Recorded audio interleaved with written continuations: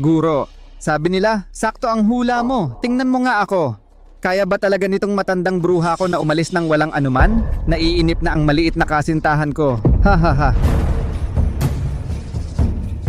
Ito ang talisman ng paghihiwalay. Sa loob lang ng 1 linggo, makakamtan mo ang gusto mo. Totoo ba?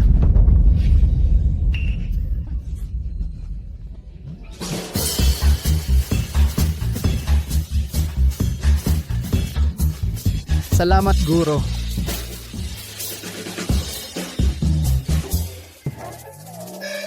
Nandadaya ka pa rin? Ang talisman ng paghihiwalay mo ang magpapalubog sa kanya. Guro, hindi mo nakita ang ekspresyon ng mukha niya. Pinabayaan ang masunuring asawa at pinagplanuhan ang pera nito. Binigyan ko lang siya ng kaunting sarili niyang panggagamot. Ikaw talagang maliit na pasaway, laging may kalokohan. Ngayon, 1 buwan na lang ang natitira sa iyo bago ka mag-20 taong gulang. Pagkatapos mong mag-20, ang iyong habang buhay ay mabilis na maubos. Maubos ang habang buhay ko. Ibig sabihin ba mamamatay na ako? Bulag na matanda. Hindi pa ako nabubuhay ng sapat. At isipin mo, itinuring pa kitang guro ko. Isang bagay na ganito kalaki, bakit hindi mo hinintay na mamatay muna ako bago mo sinabi sa akin? Mayroong paraan upang sirain ang sumpa. Ha? Ang iyong tunay na kaluluwang kapareha ay may taglay na bituin ng pag-iisa. Magkasama, kayo ay nagpapalakas at nagpapawalang bisa sa isa't isa. Sa loob ng 1 buwan, kung makipagtalik ka sa kanya, mawawala ang sumpa. Talaga? Siyempre, totoo yan. Ano ang ibig sabihin ng makipagtalik? Ito ay, kung ano ang ginagawa ng mga lalaki at babae sa mundong ito. Matulog. Ang bagay na pagtulog na magkasama. Hi. Gets ko na.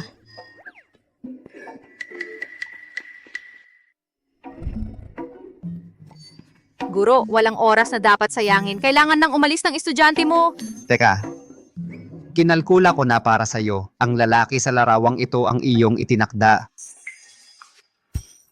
Huwag kang mag-alala, guro. Talagang makikipagtalik ako sa kanya. Itong maliit na duwag na kumakapit sa buhay dapat ay maghanap na ng kasama ngayon.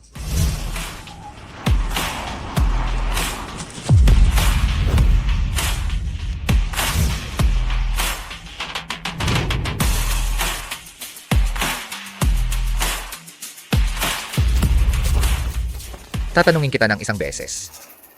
Sino ang naglagay sa'yo sa tabi ko bilang espiya? Ginoong Vance. Sumpa ako, hindi ako. Ang aking katapatan ay lubos, Ginoong Vance.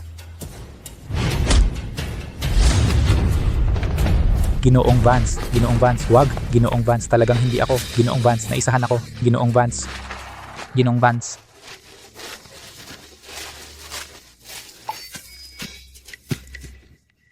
Sa liwanag ng araw, sa gitna ng araw, nang aapi ka ng tao. Ipaglilingkod ko ang hustisya. Ipakita ko sa iyo kung ano ang kaya ko. Ginoong Vance, talagang hindi ako. Ginoong Vance. Tigil? Asikasuhin mo ang sarili mong gawain.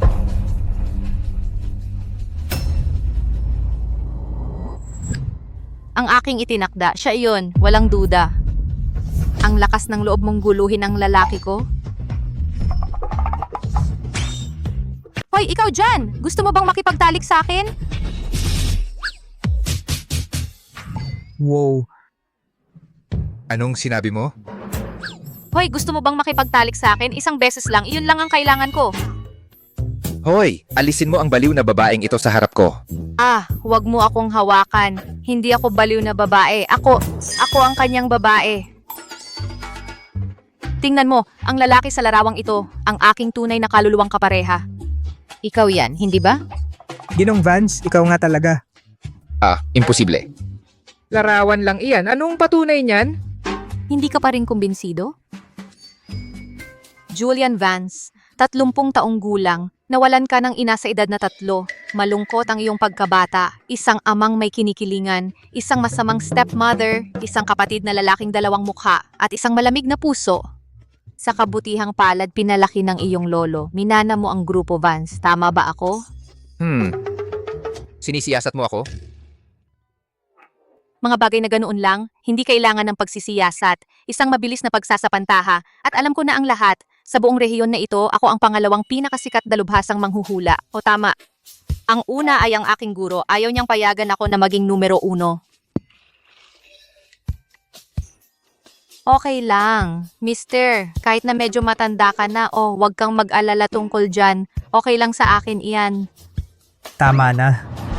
Tigilan mo ang drama. Akala mo ba ang mga mumurahing trick na ito ay maglalapit sa iyo sa aming CEO? Security, palayasin mo siya. Hoy! Teka! Sige, huwag mo akong paniwalaan. Hayaan mo lang akong makipagtalik sa'yo ng isang beses. Isang beses.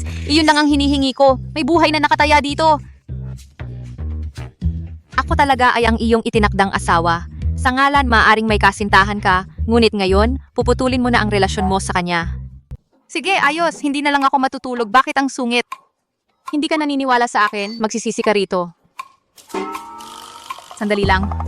Isang buwan na lang ang natitira sa akin. Kung hihintayin kong magsisi siya, wala na ako. Hindi pwede. Mister, talagang makikipagtabi ako sa iyo. Hintayin mo ako? Hoy, mukha ba akong matanda? Hindi ka matanda. Hindi talaga matanda. Ginoong Vance, huwag kang makinig sa baliw na iyon at sa kanyang kalokohan. Sa tingin ko, ikaw ngayon ay nasa rurok ng iyong kasikatan.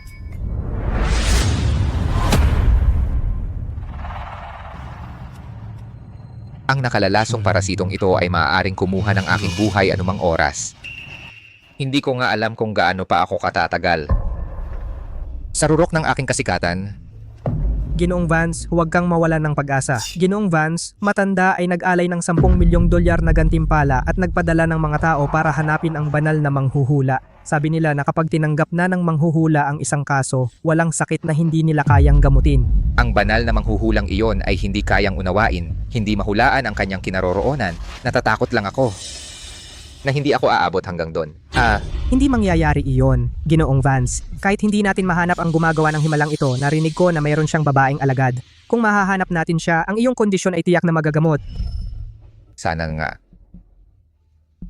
O Ginoong Vance, ang espiyang iyon ay ayaw pa ring magbunyag kung sino ang nasa likod nito. Paano tayo magpapatuloy? Ipinadala siya ni Serena. Binibining Thorn, pero siya ay iyong kasintahan, Ginoong Vance. Ginoong Vance, ikaw, anong dahilan ng pagpunta mo rito? Nasaan si Serena? Binibining Thorn siya. Siya ay lumabas, wala siya sa bahay.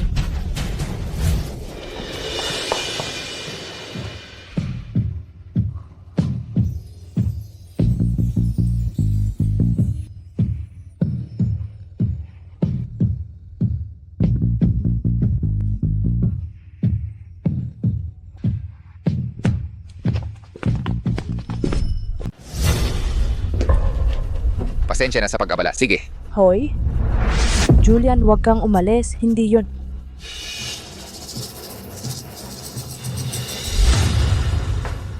Kasuklam-suklam.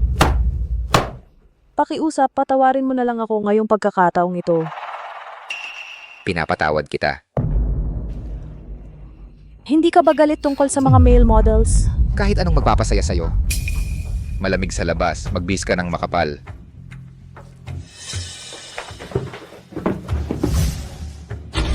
Ang mga tauhan mo, panatilihin silang mahigpit. Huwag mong hayaang maglibot sa mga lugar na hindi nila dapat puntahan. Kung may susunod na pagkakataon, ang mapapalibing ay maaaring hindi ang inaakala mo. Julian Vance, sino ka ba? Nakatago sa likod ng mga salaming pang-araw buong araw, nagpapanggap na misteryoso. Wala kang iba kundi isang halimaw. Kung may lakas ng loob ka, tanggalin mo yung salaming pang-araw na yan. Kung ganoon ang tingin mo sa akin, sirain mo ang kasunduan sa kasal. Sigurado ka? Kung malaman niya ni Ginoong Vance matanda, magagalit siya ng husto. Hindi niya magagawang sirain ang kasunduan sa kasal sa akin. Oo. Kasunduan. Julian, sandali. Huwag kang umalis. Alam kong nagkamali ako. Hindi ko sinasadya na sirain ang kasunduan sa kasal, Julian. Ginoong Vance, yung Serena na yon, tungkol sa sinabi niya, huwag kang maniwala kahit isang salita. Ibig kong sabihin, ang gwapo mo talaga. Kung hindi lang dahil sa sugat na yon, Tama na, palabas lang yan. naiintindihan. Pero bigla ang pagsira sa kasunduan sa kasal. Paano natin ito ipapaliwanag kay Ginoong Vance na matanda? Itatago muna natin ito kay Lolo. Nakita mo, sabi ko sa'yo.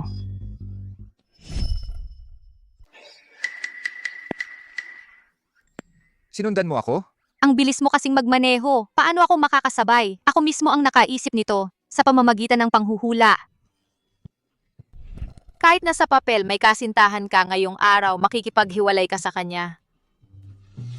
Ang imbestigahan at sundan ako, maiintindihan ko pa yon. Pero paano niya posibleng malaman na ako at si Serena ay maghihiwalay ngayong araw? Ano ba talaga ang gusto niya? Kung ganyan kakatiyak sa iyong mga hula, sabihin mo nga sa akin, kung babaliin ko ngayon ang braso mo para tumigil ka sa panloloko. Aray.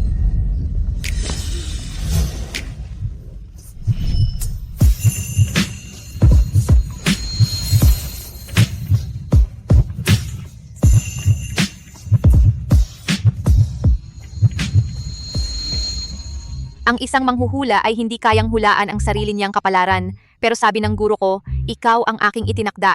Kaya pinagpipilitan kong ang kamay kong ito ay magiging maayos lang. Ako naman, naniniwala akong sa susunod na makita mo ako, iyong kamay ay magpapaalam na sa'yo.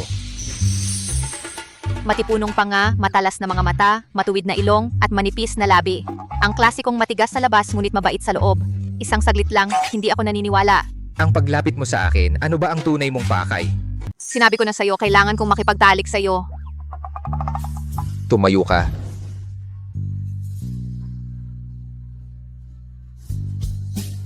Legal ka na ba? Ha? Sa isang buwan pa, 20 na ako. Makinig ka? Wala akong oras para makipaglaro sa isang bata. Umuwi ka na kung saan ka nang galing.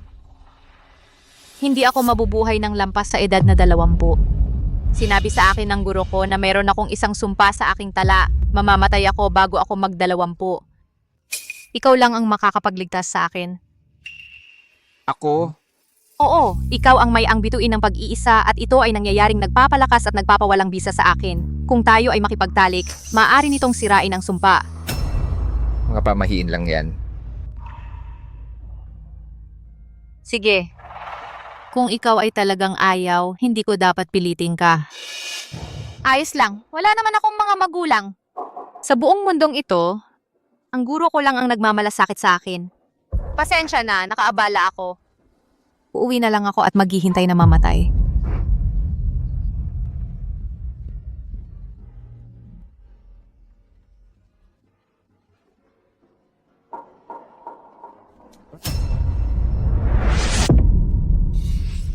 Hindi siya susuko ng ganun kadali. Una, tiniktikan at siniyasat niya ako. Ngayon, gumawa siya ng isang napakalaking kasinungalingan. Ano ba talaga ang gusto niya? Mas mabuting panatilihin siyang malapit para agad kong masolusyonan siya. Maaari kitang tulungan. Ginong, ang galing mo. Alam ko natutulungan mo ako. Anong ginagawa mo? Kung gayon, ngayon na tayo. Tara na. Ang dali-dali mo naman. Tayo ay matutulog lang magkasama, yun lang. Matanda na siya. Bakit siya ganun kabalintuna?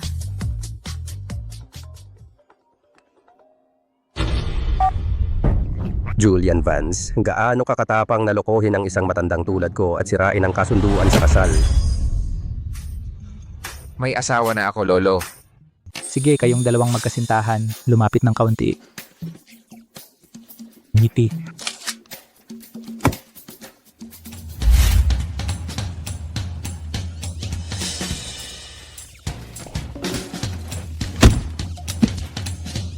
Ano ba yan? Hindi ba yon ang ideya mo? Na kailangan lang natin kumuha ng lisensya sa kasal? Kaya gawin na natin ngayon. Tutulungan kita. Pero may kondisyon. Kailangan mong pakasalan ako. Magpakasal? Chloe. Alam mo tungkol kay Ginoong Vance, medyo konserbatibo siya. Ipinipilit niya na magpakasal muna at kumuha ng lisensya. At pagkatapos, ayun. Talaga? Ano pa ang hinihintay natin? Tara, magpakasal na tayo sa mismong saglit na ito. Tumutok sa daan. At tumigil ka sa pagtingin-tingin sa paligid. Sandali lang. Bakit kailangan pa nating maghintay ulit? Masikip ang oras at malaki ang panganib. Hindi tayo pwedeng mag-antala. Bawat sandali ay naglalagay sa buhay ko sa mas malaking panganib. Tara na. Pero hindi sa mismong saglit na ito.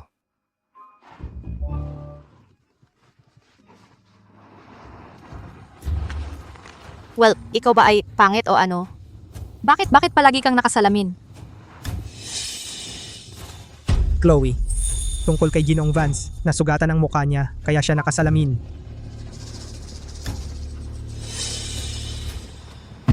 Inambush ka.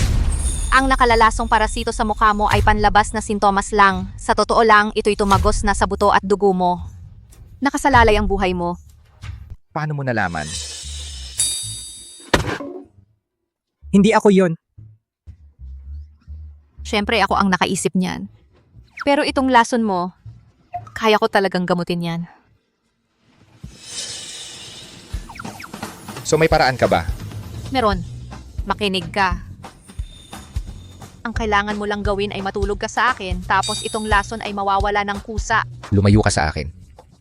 Hindi ako makapaniwalang naniwala ako sa kalokohan mo. Hindi siya nauto ha. Pero itong lason na to, kaya ko talagang gamutin, alam mo. Wow, Gino. Hello, Julian. Ang yaman pala ng pamilya nyo.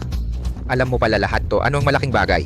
Alam kong may pera ka, pero hindi ko inakala na ganito kalaki ang yaman mo. Tingnan natin ang mangyayari. Sumunod ka sa likod ko. Gets mo? Kailangan kong mag-iwan ng magandang impresyon para pumayag siyang matulog sa akin ng mas maaga.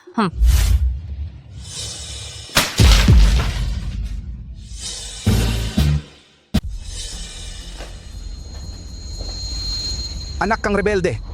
Anong lakas ng loob mong magpakita dito? Kumalma ka muna, ang kalusugan mo ang mahalaga. Tatay, hindi naman talaga kasalanan ni Julian.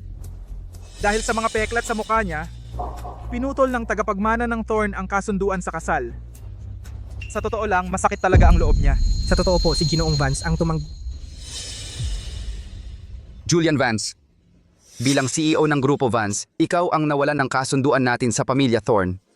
Ginawa mo ang isang kasosyo na pinakamalaking katunggali natin. Naintindihan mo ba? Matatag ang grupo, Vance. Hindi dahil sa kontrata sa kasunduan. Mayabang, napakayabang mo. Ikaw siguro ang tatay na may kinikilingan ng Ginoo. Sino ka ba? Ang masamang madrasta Tumahimik ka! at ang kapatid na plastik. At siya ang malamig ang ugali. Guardia, itapon ninyo itong babaeng ito sa labas. Ang asawa ko, subukan ninyong hawakan siya. Asawa? Anong karapatan mong magpakasal sa isang babaeng ito nang walang pahintulot ko? Ang pagpapakasal ko ay hindi kailangan ng pahintulot mo. Nung araw na dinala mo ang kerida mo sa bahay natin, tumigil ka ng maging tatay ko. Ako...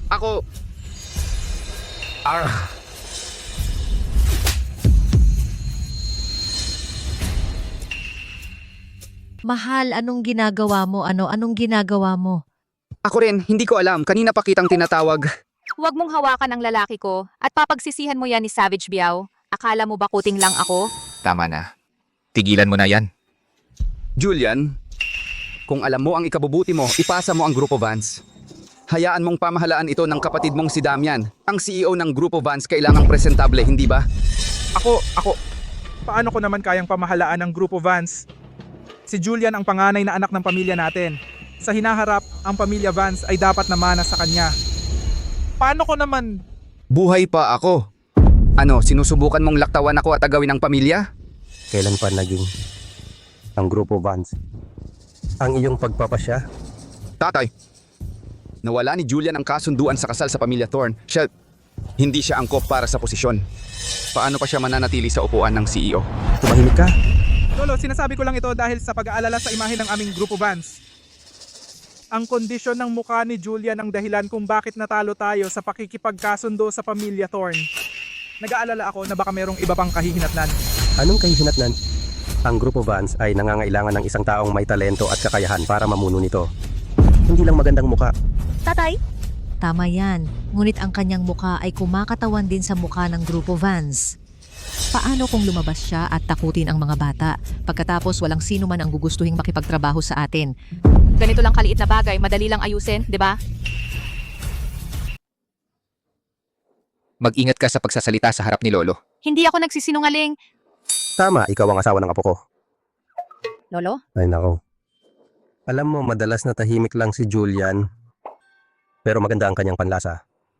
Nakahanap siya para sa akin ng maganda at napakagandang asawa ng apo. Napakaganda. Hindi, tatay. Ang isang babae na hindi kilala ang pinanggalingan ay hindi bagay para sa aming pamilyang Vance. Mahalaga ang paggalang sa sarili. Basta gusto siya ni Julian, susuportahan ito ng isang matandang tulad ko. Salamat, Lolo. Asawa ng apo. Ang sakit ni Julian. Kaya mo ba talaga itong gamutin? Madali lang yan. Ako na ang bahala. Julian Vance, huwag mong sabihin sa akin para lang lokohin ang iyong lolo. Kumuha ka ng kung sinong babae at ikinasal. Oh, at isa pang bagay, tungkol sa iyong sakit. Kumonsulta na kami sa napakaraming kilalang doktor. At sa tingin mo kaya niya? Lolo, ang sakit ni Kuya, maliban sa banal na manghuhula at sa kanyang nag-iisang alagad, sino pa ang maaring makapagpagaling sa kanya? Halata naman. Siyang mandaraya. Maliban na lang kung siya ay kilala ang banal na manghuhula. Asawa ng apo. Kilala mo ba talaga ang banal na manghuhula? Mula nang ako'y ipanganak, kasama ko na ang bulag na matanda. Wala akong kilalang manghuhula. Lolo? Si Chloe dito ay nagbibiro lang. Huwag mo sanang seryosohin. Sana ay mas mabuti kaysa wala. Sulit subukan. Nasa ibabaw ng iyong ulo. Hindi ko sana dapat iginapos sa iyo ito. Sa ganito, mukhang makinang ang mga mayayamang pamilya sa labas. Pero sa ilalim, puno ito ng magkakahiwalay na grupo at masalimuot na mga plano. Ang isang batang babae tulad mo ay hindi makakaiwas sa lahat ng ito. Bago ka malubog sa putik na ito, hayaan mong ibalik kita. Anong ginagawa mo? Siyempre, ginagamot kita. Yan ang gagamitin mo para gamutin ako? Ano pa? Hubarin mo ang damit mo. Kung maniniwala pa ako sa'yo ng isang beses, tanga na ako.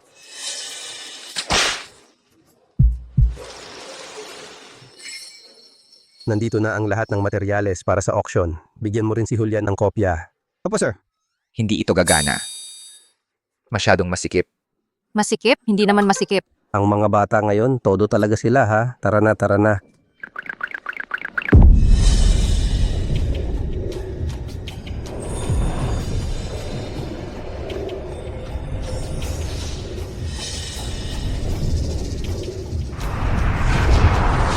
Ikalat.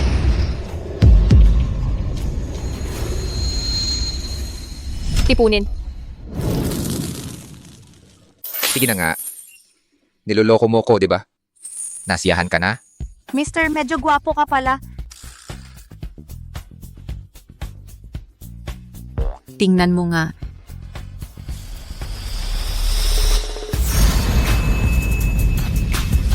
Tapos na. Hindi.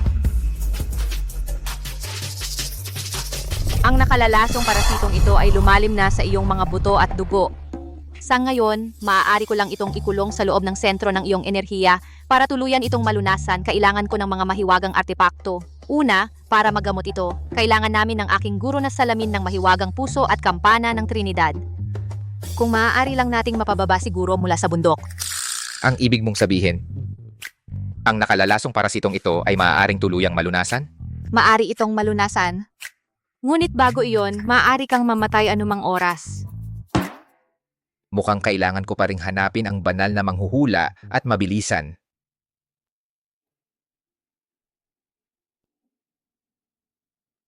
Salamat. Walang anuman, basta...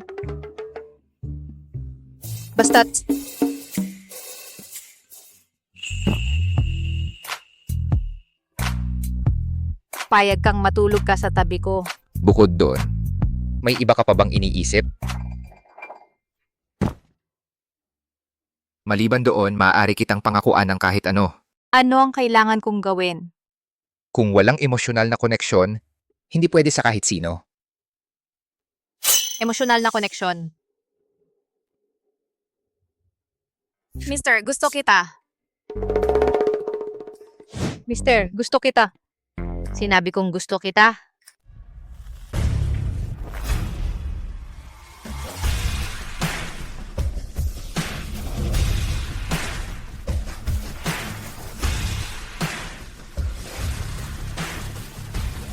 Ako si Roberto Sterling. Guro, nakikiusap ako sa inyo ng tulong. Nakikiusap kami sa inyo, banal na manghuhula na tulungan kami.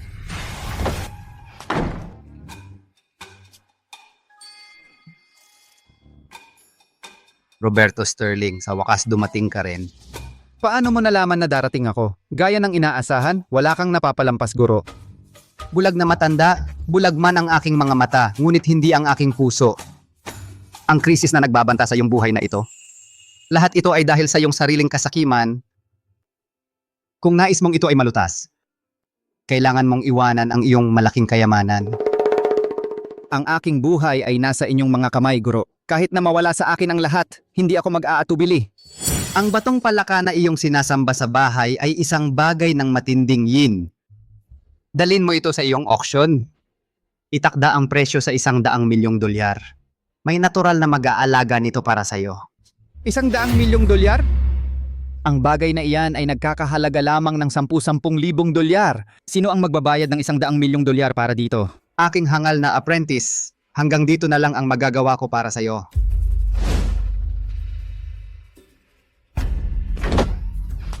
Salamat sa inyong patnubay, guro. Sinabi ko na sa kanya na gusto ko siya. Ano pa ang gusto niya? Oh, mga tagapagtatag. Ano nga ba ang kahulugan ng magkaroon ng nararamdaman?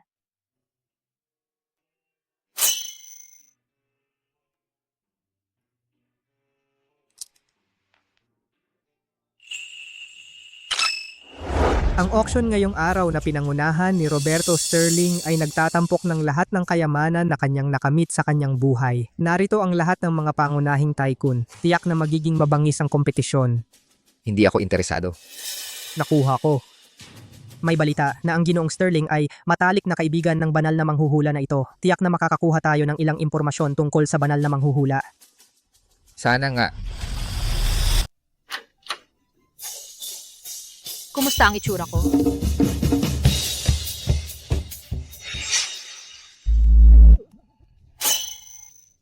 Hindi maganda? Gusto mo na bang ma-inlove sa akin? Anong ginagawa mo? Sabi ng eksperto, kailangan pangalagaan ang nararamdaman. Hindi ako masyadong gusto ng asawa ko. Anong gagawin ko? Turuan kita ng 3 trick. Para sa lalaking ito ay hindi na niya gustong iwan ka. Saan ka pupunta? Sasama ako. Sabi ng eksperto, kung gusto mong magkaroon ng nararamdaman, kailangan mong maging walang hiya. Pwede kitang isama. Pero mula ngayon, bawasan mo itong kalokohan. Huwag kang masyadong makinig sa mga tinatawag na eksperto. Linisin mo siya. Gawin mong kahit papaano ay presentable siya. Opo.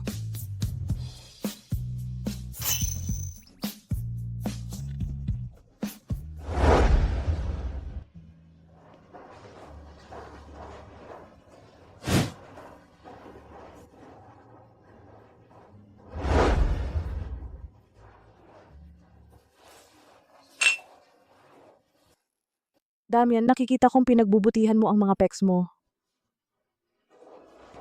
At ang ibang parte ng katawan mo ay hindi rin naman pangit. Gusto mo bang subukan ang mga ito, Binibining Thorn?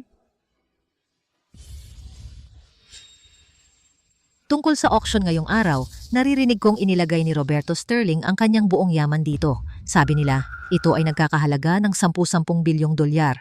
Mahirap paniwalaan, hindi ba? Siyempre, totoo yan. Sino ba itong si Roberto Sterling? Siya ang nangungunang kolektor sa bansa. Kung pagsasama-samahin ang lahat ng mga ito, mabibili nito ang buong grupo Vance. Kaya, Binibining Thorn, ano ang target mo ngayong araw? Siyempre, ang pares ng $100 milyong na mga bracelet na Jadite. Kung tatanungin mo ako, ang tunay na premyo ay ang dakilang balumbon ng kasaganaan. Ito ay nagkakahalaga ng isang kapalaran. Ang halaga nito ay maaaring dumoble sa isang iglap. Kukunin natin ang balumbon ngayong araw bilang regalo para sa matanda. Pagkatapos ang pwesto ng CEO sa Grupo Vance, hindi ako makapaniwalang hindi niya ito ibibigay sa iyo. Narinig kong narito si Julian ngayong araw. Hindi pa kita binabati, Binibining Thorn. Ang isang lalaking tulad niyan, paano siya magiging karapat-dapat sa iyo? Ang kahihiyan kong anak na iyan, ipinanganak na pangit na parang kasalanan. Kung ikukumpara sa iyo, Binibining Thorn, parang gabi at araw. Pakiusap, huwag mo nang isipin pa yon. Eksakto. Kung ang basurang tulad niyan ay magiging karapat-dapat sa iyo, Binibining Thorn, iyon ay isang ganap na travestya. Kapag ako na ang CEO ng Grupo Vance, kapag nangyari iyon, aasahan ko ang iyong suporta, Binibining Thorn. at higit pang pakikipagtulungan sa Grupo Vans. Inaasam ko ang pagbati sa iyo, Damian, sa pagiging CEO ng Grupo Vans. At pagkatapos, Si Julian ay magiging isang maskaradong payaso. Tingnan natin kung paano niya patuloy na titingnan ng mababa ang lahat pagkatapos. kung kahit papaano ay presentable ang itsura niya, baka nagpakita ako ng kaawaan at hindi pinutol ang kasunduan sa kasal. Iniisip mo nang masyado yan, Binibining Thorn.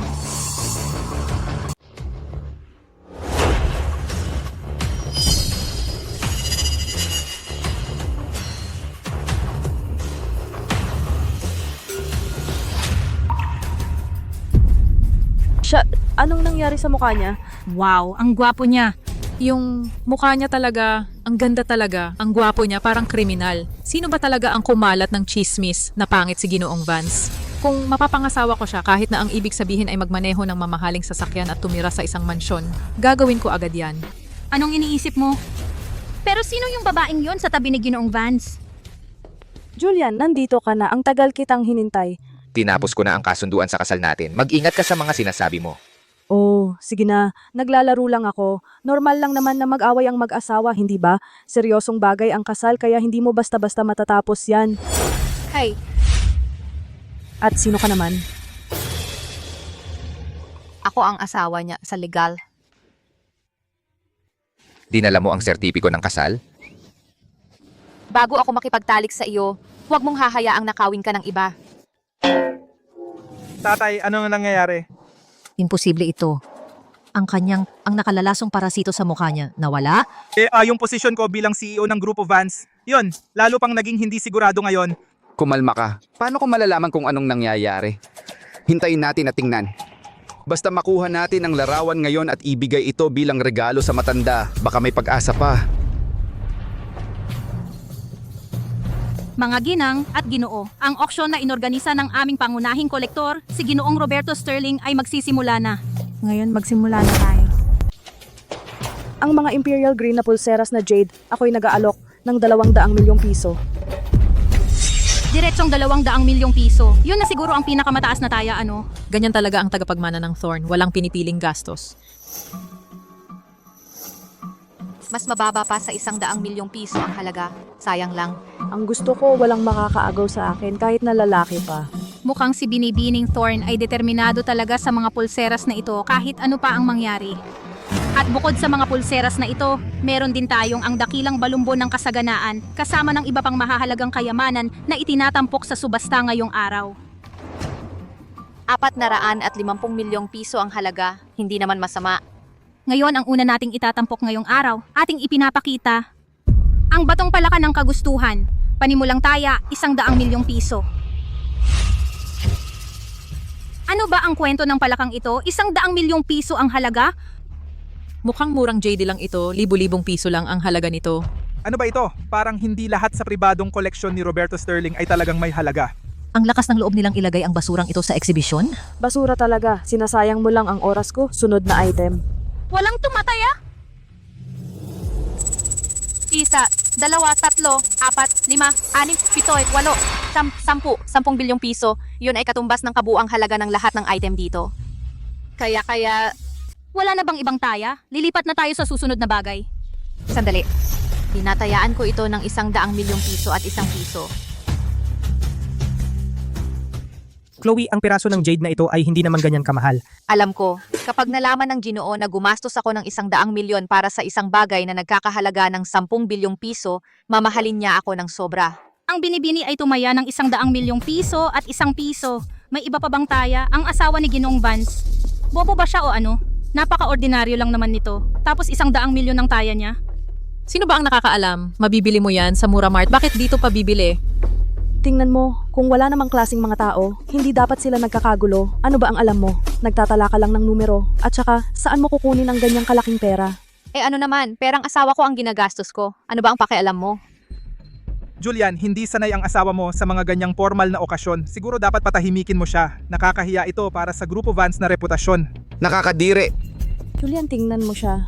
Wala akong pakialam kung sulit o hindi. Hindi naman nauubusan ng 100 milyon ang pamilya Vance. Kung gusto ng asawa ko, yun ang mahalaga. Kinakalkula ko lang, ang halaga ng batong palakang ito ay katumbas ng pinagsamang halaga ng lahat ng iba pang piraso. 100 milyong piso at 1 piso una. 100 milyong piso at 1 piso pangalawa. 100 milyong piso at 1 piso pangatlo. Nabenta! Maligayang bati, Chloe. Para sa 100 milyong piso at 1 piso, napagkamkam mo ang bawat isang bagay sa subastang ito. Tapos na ang subasta. Tapos na. Ano? Nagkakamali yata ang pandinig ko. Nagbibiro ka lang, 100 milyong piso para sa lahat? Sandali, ang subasta ay tapos na. Ano ang ibig mong sabihin? Eksakto. Ang mga patakaran ng subastang ito na itinakda ni Ginoong Sterling ay malinaw. Kung walang magbibida sa batong palaka, magpapatuloy ang subasta ng normal. Ngunit kung may manalo sa batong palaka, ibig sabihin ay nanalo na rin sa bawat isang bagay. Gaya ng inaasahan ko. Paano niya nalaman ang halaga ng batong palaka? Sinuri ba niya talaga ito? Naiintindihan ko na, ikaw yata ang may kagagawan. Alam mo nang maaga ang mga patakaran. Kasabwat ka nito, ginagago mo ang lahat ng narito. Oo, yan nga siguro. Ang mga bagay na ito ay nagkakahalaga ng 10 bilyong piso. Paano niya nakuha ang lahat sa halagang 100 milyong piso lang? Ito ay isang panloloko. Hindi ko inakalang ang isang tulad ni Roberto Sterling, isang dekalibring kolektor ay magpapakababa sa mga maduming paraan. Tama na, kayo ang nagsabing walang kwenta ang batong palaka at ngayon nagwawala kayo at nagrereklamo ng daya. Yan ang mga patakaran. Tanggapin ninyo ang pagkatalo. Tanggapin ninyo ang pagkatalo.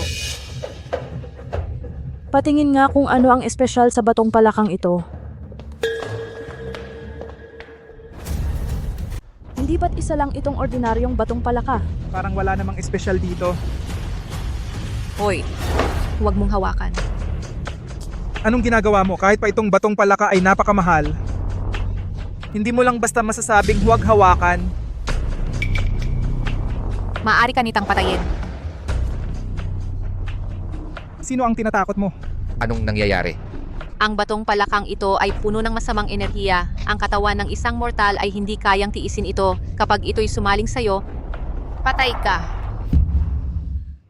Sino ang mag-aakala na isa ka palang mandaraya? Saang siglo ka ba nabubuhay? At naglalaro ka pa rin ng mga ganitong laro? Seryoso, sino ang maniniwala dyan? Umalis ka na rito. Titingnan ko nga kung ang bagay na ito ay kumakain ng tao o umiinom ng dugo.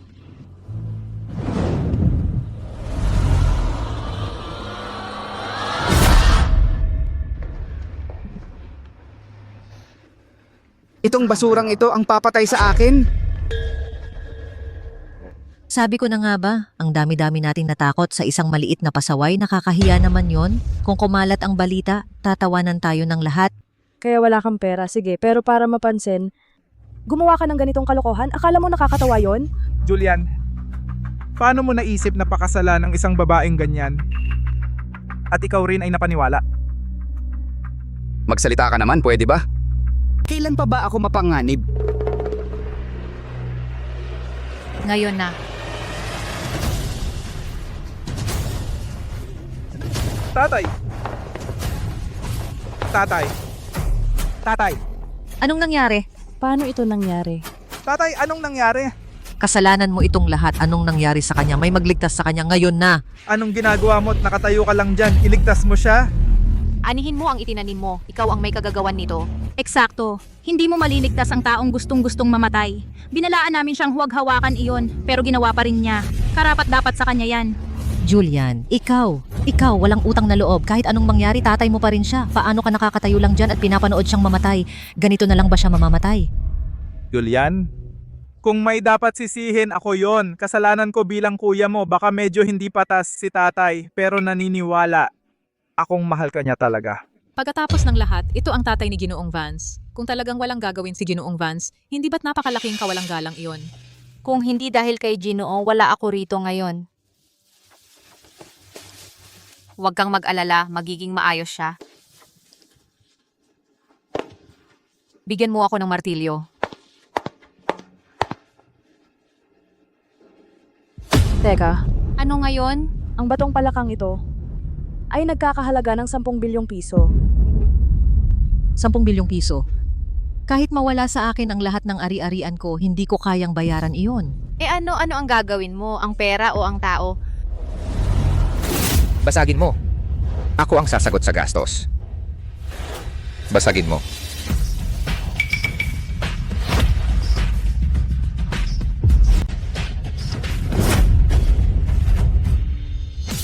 Mahal, mahal, ayos ka lang ba? Gising, halika na.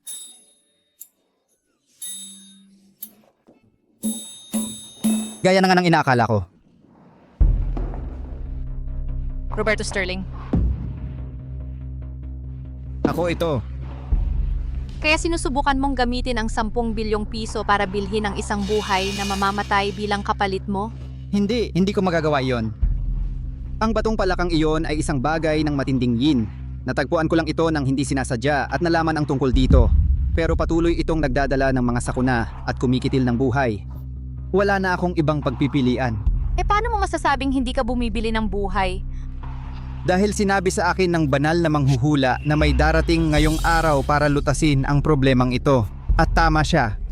Ang banal na manghuhula. Maari mo ba siyang subaybayan? Siya na naman. Itong banal na manghuhula, ano ba talaga ang pakay niya? Sinubukan kong manghula ng ilang beses pero wala akong nakuha. Siyempre hindi mo makukuha. Ginoong Sterling, kaya may hihilingin ako sa iyo. Pakiusap, sabihin mo sa akin ang kanyang kinaroroonan. Talagang hindi. Kung ibubunyag ko ito. Ang banal na manghuhula ay magagalit sa akin pero tungkol naman sa koleksyon na 10 bilyong piso, iyon ang ipon ko sa buong buhay ko. Dahil naibenta na ito sa subasta iyon na ito. Lahat ng mga koleksyon, hindi. Hindi ba akin ang mga bagay na iyon? Ang ibig kong sabihin para sa pares ng pulseras na iyon. Mag-aalok ako ng 200 milyong piso. Ipagbibili mo ba sa akin ang mga iyon? At ang dakilang balumbon ng kasaganaan, maaari mo ba itong ipagbili sa akin?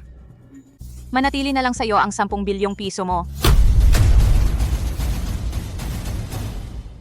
Manatili na lang sa'yo ang 10 bilyong piso mo. Ang kailangan ko ay ang kinaroroonan ng banal na manghuhula. Seryoso ka ba? Ipagpapalit mo ang 10 bilyong piso sa isang piraso ng impormasyon? Tingnan mo, Ginoo, kailangan mo ang impormasyong ito. Bukod pa riyan, kung hindi siya makikipagtalik sa akin, patay na ako. Ano pa ang silbi ng pera kung ganon?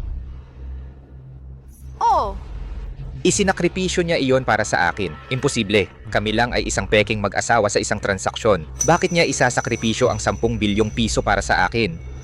Nababaliw na ba ang babaeng iyon? 10 bilyong piso iyon. Higit pa sa makikita ng karamihan sa buong buhay nila. Ang isang mababang uri ng magsasaka tulad niya dapat ay sabik na sabik sa pagkakataon.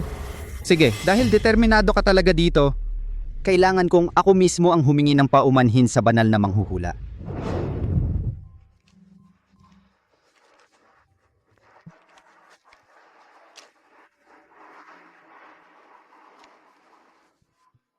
Sabi ni Roberto Sterling, nakita na raw niya ang banal na manghuhula. Huwag mo na akong paalalahanan. Ang 10 bilyong piso ko, sapat iyon para sa akin at siguro para mabuhay magpakailanman. Bakit mo ipinagpalit? Hindi ka naman siguro ganoon ka walang puso. Hindi ba ikaw ang nagsabing kailangan nating hanapin iyong banal na manghuhula? Sab mo, para sa akin iyon. Hindi naman talaga. Mas gusto ko lang talagang makipagtalik sa'yo. 10 bilyong piso ang ginastos mo para lang makipagtalik sa akin? Ano sa palagay mo? Talagang humanga ako. Hintayin mo ako, ha? Excuse me. Hinahabol mo ang isang lalaki. Professional ako. Hinahabol ang isang lalaki. Alam mo ba kung paano? Tawagan mo ako. 78 piso lang. Kunin mo ang lalaki mo. Tatawagan kita.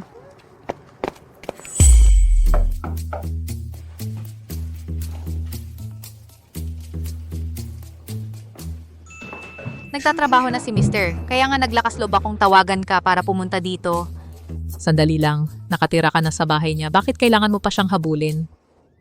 Hindi mo naiintindihan. Nauubusan na ako ng oras. Kailangan kong sa loob ng 1 buwan makipagtalik sa kanya. Ganun ba kadelikado? Iwan mo sa akin. Kung hindi ka makipagtalik sa kanya, ibabalik ko ang buong bayad mo. Ayos! Ikaw ang hero ko!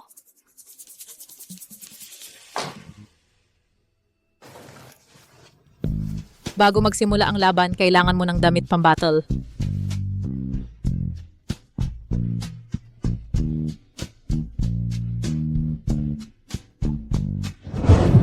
mga lalaki ay biswal na nilalang.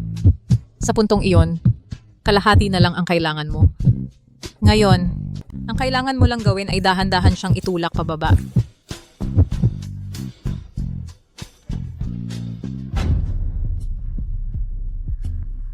Ang bango mo.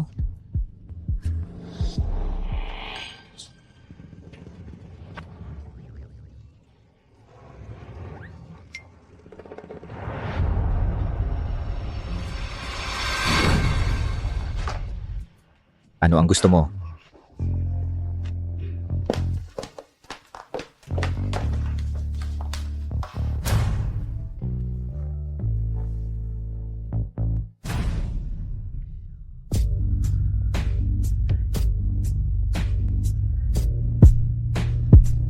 Ang bango mo.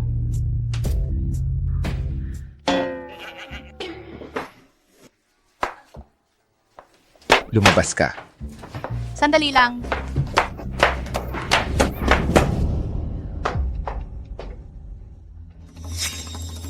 Sa ngayon, 90% ng mga lalaki sa mundo ay magiging sayo na.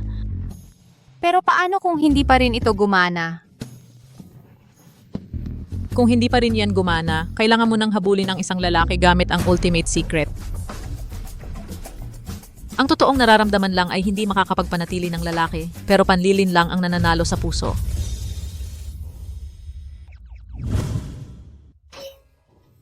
Ay, ang takip ng bote na ito ay ayaw talagang matanggal. Heto, bilisan mo. Ikaw naman ang nagsabi na gusto mong mag-ehersisyo. Aray.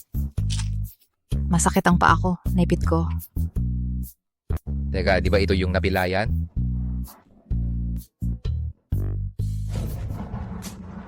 Ay tama. Ito nga. Oh, ito nga. Ang sakit-sakit. Tumayo ka. Mister, pasan mo ako. Hindi pwede.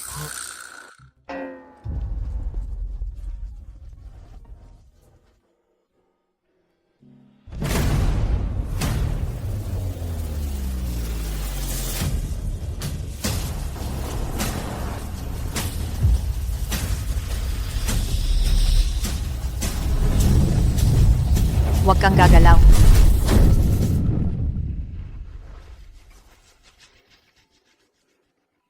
Ciao, Bao.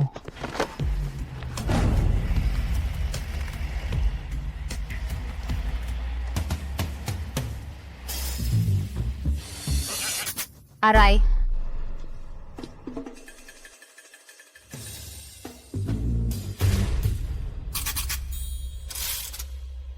Ang sakit ng paa ko. At di ko pa mabuksan ang bote.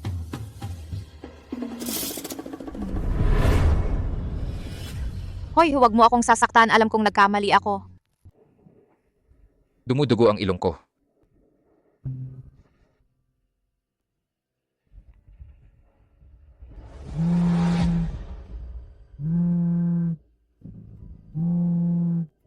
Ginoong Vance, nakipag-ugnayan si Roberto Sterling sa banal na manghuhula. Talaga? Totoo yon. Gusto kang makita ng banal na manghuhula mamayang gabi. Ano? 98 lang? Magdadala ng lalaki sa bahay? Panloloko lang iyan lahat? Pupunta ako para makita ang banal na manghuhula. Magpakabait ka at hintayin mong ako'y bumalik.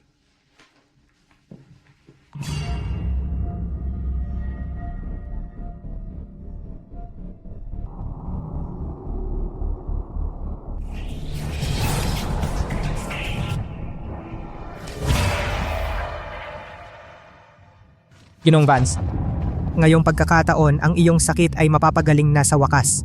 Mabuti naman, hindi na ako kailangang mag-alala tungkol sa pagkamatay anumang oras. Binigyan lang tayo ng banal na manghuhula ng kalahating oras. Hinding-hindi tayo dapat mahuli. Oh. Ginoong Vance, may masamang nangyari. Nawalan ng malay si Chloe. Ano ang sinabi mo?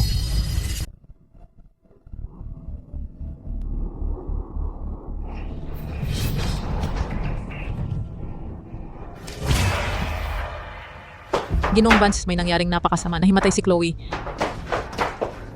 Chloe? Chloe, gising ka na.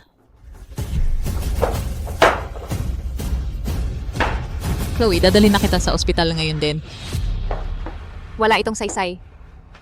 Akala ko may isang buwan pa akong itatagal. Hindi ko inasahang na mauubos ito ng napakabilis. Hindi ako aabot sa edad na 20. Sinabi sa akin ng guro ko na mayroon akong sinumpaang kapalaran sa astrolohiya. Mamamatay ako bago ako mag-20. Ikaw lang ang makakapagligtas sa akin. Ako? Oo, mayroon kang bituin ng pag-iisa. Ito ay nagpapalakas at nagpapawalang bisa sa kapalaran ko. Kung tayo ay magsasama sa iisang kama, maaari nitong maayos iyon. Totoo ang lahat. Ginawa niya ang lahat para ganapin ang kasal sa akin. Gusto lang niyang mabuhay. Chloe, ano bang pinagsasasabi mo? Hindi ko maintindihan, tatawagan ko si Ginoong Vance ngayon din. Huwa. Huwag mo siyang sabihan. Sa wakas ay nagkaroon siya ng pagkakataon na makilala ang banal na manghuhula. Hindi niya pwedeng mawala ang pagkakataong iyon dahil sa akin. Kaya ko pang magtiis ng kaunti. Kakayanin ko hanggang sa siya ay makabalik. Chloe? Ibalik mo ang sasakyan ngayon din. Hindi pwede, Ginoong Vance. Ang iyong karamdaman ay hindi na pwedeng maghintay pa. Matagal na nating hinahanap ang banal na manghuhula sa loob ng mahabang panahon. Talagang hindi natin kayang palampasin ang pagkakataong ito. Hindi ba't sinabi lang ni Chloe na kakayanin niya hanggang sa ikaw ay makabalik? Hindi mo ba gusto na gumaling at manatiling nasa tabi niya? Sige. Ginoo. Kahit na hindi na ako muling magkaroon ng pagkakataon na makipagtalik sa iyo sa buhay na ito, ang makilala ka lang ay nagpasaya na sa akin ng husto. Salamat sa iyon.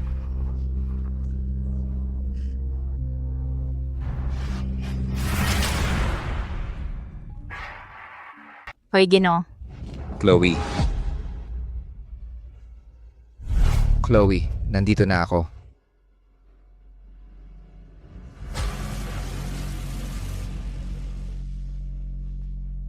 Nandito na ako.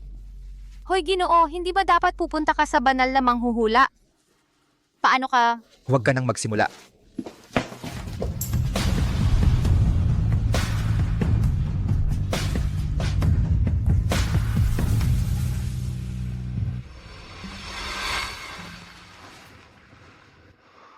Kaya pala handa ka na makipagtalik sa akin? Nung sinabi mo sa akin noon na nauubos na ang habang buhay mo at gusto mong makipagtalik sa akin, akala ko nagbibiro ka lang. Usapin ito ng buhay at kamatayan at akala mo nagbibiro ako? Pero nandito na ako ngayon, di ba?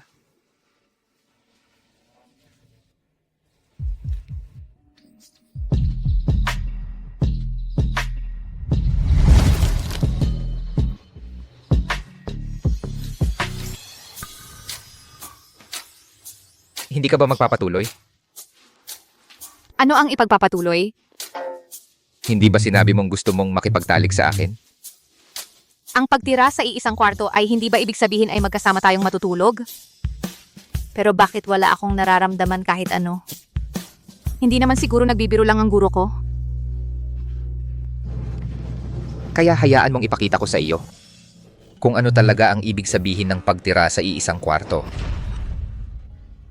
Ah, Julian, anong ginagawa mo? Siyempre, makikipagtalik sa iyo.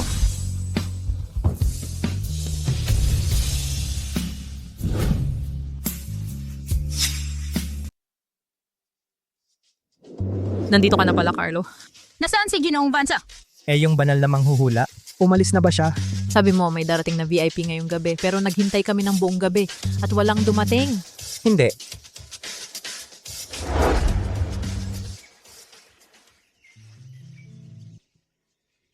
Aking munting estudyante, huwag mo akong sisihin sa sadyang pagsubok sa kanya. Kung hindi niya kayang tratuhin ka ng buong puso at kaluluwa, hindi ko. Magagawang ipagkatiwala ka sa kanya.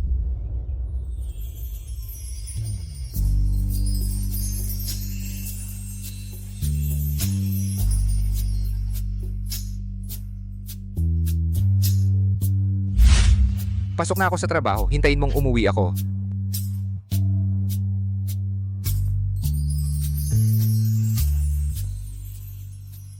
Bumalik na. Bumalik nga talaga. Hindi ako mamamatay.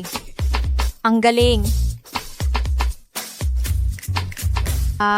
Nang sabihin ng guro na magbahay, yun pala ang ibig niyang sabihin. Ano ba iniisip ko, Chloe? Ngayong naayos na ang problema, dapat na akong bumalik sa bundok.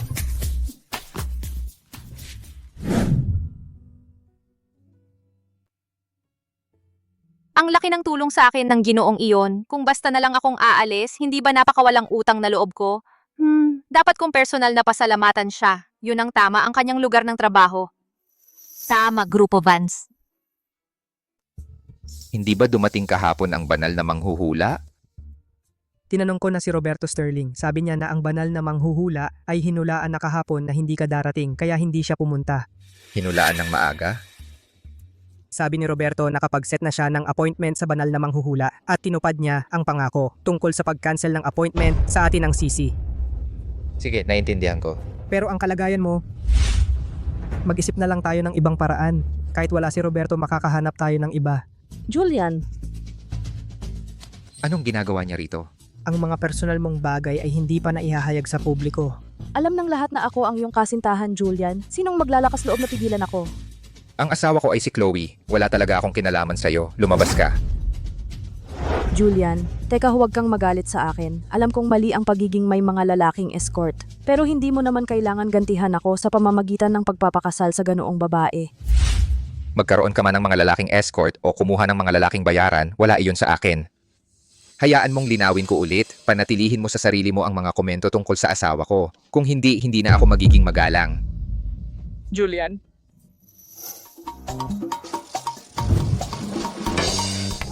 Aray, bitawan mo ako! Dito pala nagtatrabaho ang Ginoo. May tulong ba ako? Nandito ako para makita si Julian Vance. Para makita si Ginong Vance? May appointment ka ba? Ako ang tagapagmana ng Thorn. Anong karapatan mong tratuhin ako ng ganito? Julian, akala mo basta-basta mo na lang ako itatapon ng ganoon? Kapag may gusto ako, si Rina Thorn, akin yon. Ikaw? Pasensya na pero kung wala kang appointment, hindi ko kayang i-contact si Ginoong Vance para sa'yo. Ang probinsya namang tulad mo, wala kang karapatan na makipagkompetensya sa akin, si Serena Thorn, para sa isang lalaki. Ngayon, ipapakita ko sa'yo na hindi lahat ay karapat-dapat maging Ginang Vance. Kaya para kay Julian ka pala. Ang soro na nagpapakumbaba sa manok talagang may masamang balak. Hindi kita kinakausap. Ikaw, Anong karapatan mong kausapin ng ganyan si Binibining Thorn? Alam mo ba kung sino siya? At sino ba siya? Siya ang tagapagmana ng Thorn, ang kasintahan ni Ginoong Vance at ang magiging amo ng Grupo Vance. Ano ba iyan? Ako ang... huwag mong sabihing dala-dala na naman niya ang sertipiko ng kasal niya. Nako naman, wala akong dalang sertipiko ng kasal. Makinig ka. Ako ang lehitimong asawa ni Julian. So ang sinasabi mo, ikaw ang asawa ni Ginong Vance? Oo. Tingnan natin kung sino ang tutulong sa'yo ngayon. Hoy mga kasama, halika rito. Tingnan ninyo ito. Itong babae ay nag-aangking asawa ni Ginoong Vance. Kailan ba ikinasal si Ginoong Vance? Wala akong narinig na balita tungkol dyan. Nagsisinungaling ka. Ang kasintahan ni Ginoong Vance ay si Binibining Thorn. Kahit na ikasal man siya, hindi sa kanya. Sa harap mismo ng kasintahan ni Ginong Vance, nag-aangking asawa niya ito. Ang kapal naman ng mukha mo. Ako talaga ang asawa ni Julian. Nagmamadali lang ako ngayon nang umalis ako. Kaya nakalimutan kong dalhin ang sertipiko ng kasal ko. Yun lang. Sino ang makakapagpatunay? Wala kang ebidensya. Ang lakas ng loob mong siraan ang pangalan ni Ginoong Vance. Pero alam niya... Pero... Hindi mo ako sasang-ayunan, di ba? Tama? Anong kalokohan ang sinasabi mo? Hindi ko nga nakita ang sertipiko ng kasal mo. Paano kita sasang-ayunan? Kita mo? Hindi ko sinabing nakita niya ang sertipiko ng kasal ko. Aminado siya mismo. Binabaluktot mo ang mga sinasabi ko. Eksakto, sinisiraan mo ang usapan. Sa tingin mo maniniwala kami sa'yo? Sige, maniwala ka sa gusto mo. Maniwala ka sa gusto mo. Nandito lang ako para magpaalam sa kanya. Bakit hindi mo na lang siya tawagin dito?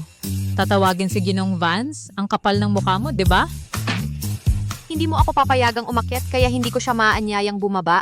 Sa Grupo Vance, walang may karapatang tumawag kay Ginoong Vance. Sino ka ba? Ikaw pala si Chloe ha? Dapat alam mo ang lugar mo. Sa tingin mo bagay ka sa pamilya Vance? Sa tingin mo paglipad mo sa mataas na sanga magiging phoenix ang isang pangit na pato? Tama ka talaga. Ang muka ay salamin ng isip. Ang pangit na pato kahit magsuot ng pinakamagandang balahibo, hindi pa rin magiging phoenix. Sino ang pinag-uusapan mo? Sino ang tinatawag mong pangit na pato? Alam mo ako ang tagapagmana ng pamilya Thorn. Gaano ba kawalang katiyakan ang isang tao para ipagmayabang ang kanyang pamilya bilang isang malaking tagumpay? Hindi ka ba sumasang-ayon? Ang tagapagmana ng pamilya Thorn? Ikaw! Anong lakas ng loob mong insultuhin ako? Ikaw, paano ito nangyari? Binibining Thorn, ayos ka lang ba? Ikaw pala, ikaw ang may pakana nito. Si Binibining Thorn ang nanampal sa sarili niya. Baka naman nababaliw na ba siya? Sa tingin ko nga. At iba pa ang sinisisi niya. Ikaw, ano ba talaga ang ginawa mo sa akin? Ang gumagawa siya ang nagbabayad, ang kasamaan mo lang talaga ang bumabalik sa'yo. Sige. Tingnan natin kung ano pa ang kaya mo. Kung malaman ni Julian na ang kanyang kasintahan ay inapi dito ngayon, walang sino man sa inyo ang makakatakas dito. Hindi ito ang lugar para pag-usapan to. Dalhin niyo ang babaeng ito at sumama kayo sa akin. Anong ginagawa niyo? Kaliwanagan pa ng araw, bitawan niyo ako.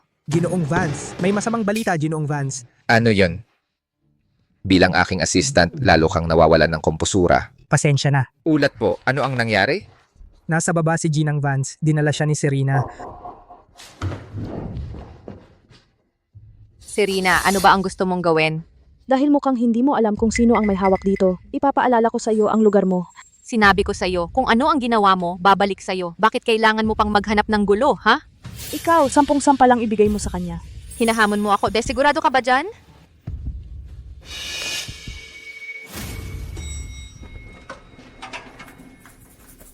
Ano ba talaga ang nangyari? Pagkalabas lang ni Binibining Thorn sa opisina mo, nakatagpo niya si Ginang Vance sa baba. Kagagaling ko lang malaman. May kaguluhan sa baba, kaya tiningnan ko ang footage ng seguridad. Si Ginang Vance iyon. Saan ba talaga nila siya dinala? Sa bodega ng kumpanya. Walang mga kamera doon. Serena, ang kapal ng mukha mo. Hinahawakan mo si Chloe. Papagbayarin ko ang pamilya Thorn para dito.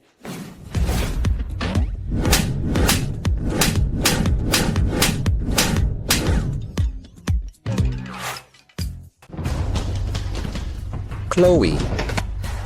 Anong ginagawa mo? Chloe.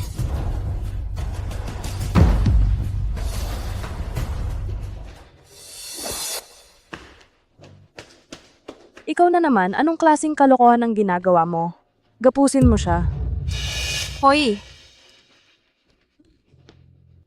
Serena, wala akong sama ng loob sa'yo. Bakit ba lagi mo akong iniinis? Ang isang mababang uri ng magsasaka na tulad mo ay dapat alam ang iyong lugar at yumuko sa harap ko. Anong kapal ng mukha mong subukang nakawin? Ang sa akin, panaginip lang yan. Ngayon, ipapakita ko sa iyo kung gaano kalakas ako si Serena Thorn. Huli ka na. Ikaw ang huli.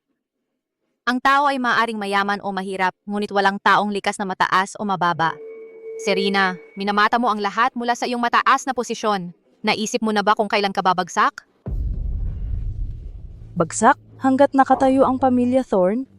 Ako, si Serena Thorn, ay palaging magiging ang tagapagmana ng pamilya Thorn. Hindi ako kailanman babagsak. Ikaw ang gumagawa ng sarili mong hukay.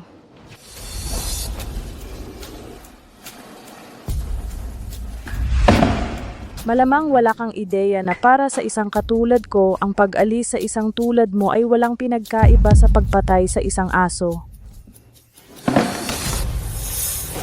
Chloe.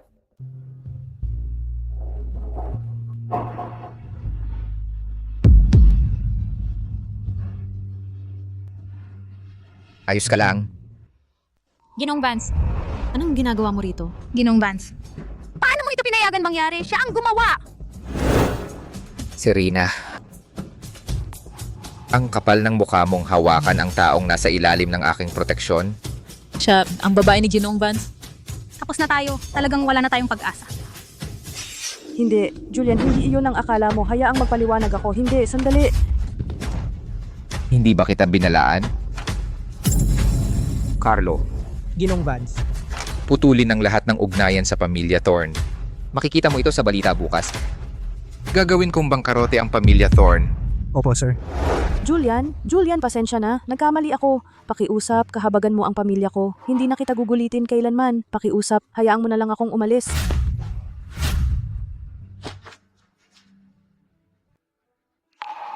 Ginoong Vance. Paano naman sila? Siguraduhin ma-blacklist sila. Nauunawaan.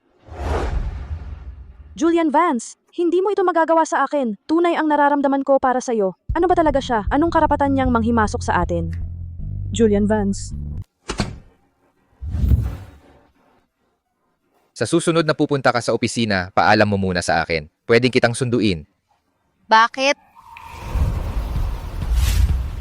Alam mo ba kung gaano kadelikado yon? Kung ang upuang iyon ay tumama sa'yo, naiisip mo ba kung anong pwedeng mangyari? Sa totoo lang, kung hindi ka dumating, kaya ko namang harangan iyon.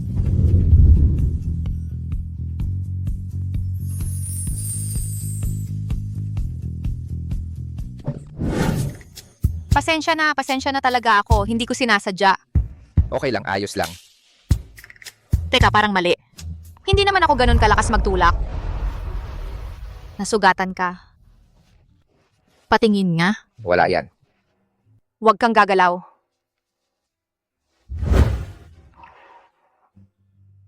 Paano ka nasugatan ng ganito kalala? Kasalanan ko itong lahat. Lahat ng ito kasalanan ko. Masakit ba? Hindi. Huwag kang umiyak.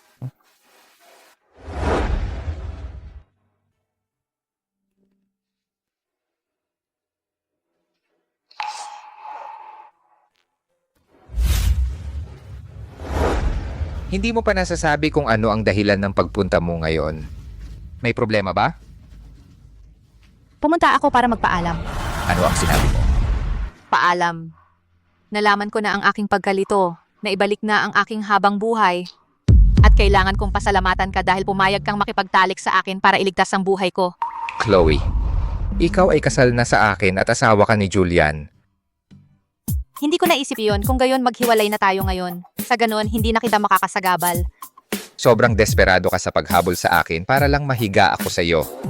Ngayong nakuha mo na ang gusto mo, alis ka na lang, ganun ba? Ano ang pinagsasasabi mo? Ano ang nangyayari? Tingnan ko. Mahina at hindi regular ang pulso mo. Baligtad ang iyong ki at dugo. Naudyok nito ang nakalalasong parasito sa loob mo. Maaari itong ikamatay. Paumanhin. Nauubos na ang oras ko. Hindi ka dapat manatili sa tabi ko. Umalis ka na. Sabi ng aking guro na ang isang mabuting tao ay hindi kailanman nakakalimot ng kabutihan gaano man kaliit. Iniligtas mo ang buhay ko. Paano ko lang maaaring umalis? Hindi ako aalis. Hanggat hindi ka gumagaling, hindi kita iiwan. Ang kalagayan ko, maliban sa banal na manghuhula ay walang lunas. Ang tulad ko, hindi ako karapat-dapat iligtas. Umalis ka na lang. Hindi ko alam kung anong kapangyarihan ang meron ang banal na manghuhula, perang alam ko na kung ang aking guro ay papayagang bumaba ng bundok, ang sakit mo ay magagamot. Sige. Paano kung hindi magamot? Hindi ko basta matatapon ang kanyang kabutihan, pero paano kung ang iyong guro ay ayaw bumaba? E di hihilahin ko siya pababa.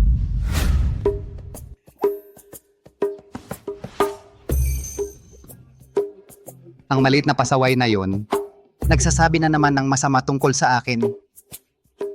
Pero ikaw naman, ang numero unong banal na manghuhula sa buong bansa. Sino ang maglalakas loob na magsabi ng masama tungkol sa iyo? Tinatawag ninyo akong banal na manghuhula, pero sa aking alagad, isa lang akong bulag na matanda. Sige na nga, baba na ako ng bundok. Panahon na para puntahan ko ang aking walang muwang na maliit na alagad sa kanyang kasal. Kasal? Sabihin mo ito kay Julian sa araw ng kanyang kasal, naroon ako. Syempre. Sasabihin ko sa kanya ngayon din. Huwag kang mag-alala, Julian. Ang master ko ay hindi pababayaan yan. Ginoong Vance, may masamang nangyari. Ano yon? Kakababa ko lang sa telepono kay Roberto Sterling. Sabi ng banal na manghuhula, sa araw ng iyong kasal, naroon siya ng personal. Ng personal sa kasal ko? Ginoong Vance, sa pagkakataong ito, ang iyong karamdaman ay mapapagaling na rin. Ito talagang banal na manghuhula ay talagang ibang klase. Nalaman pa niya na ikakasal ka na. Pero hindi naman ako close sa banal na manghuhula. Bakit siya dadalo ng personal? Siguro hindi siya nakapunta noong nakaraan at gusto niyang bumawi. Tingnan mo, basta tayo ay makapagpagaling sa'yo, yun na ang mahalaga. Ipapaalam ko na kay Ginoong Vance, matanda ang magandang balita.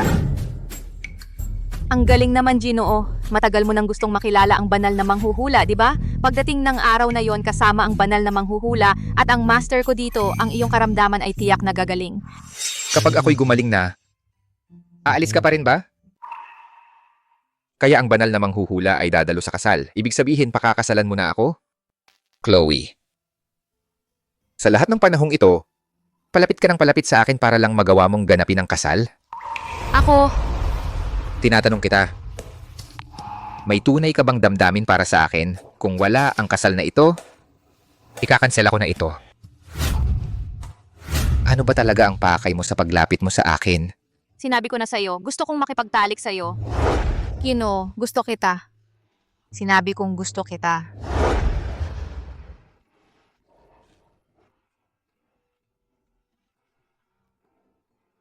Chloe, nandito na ako.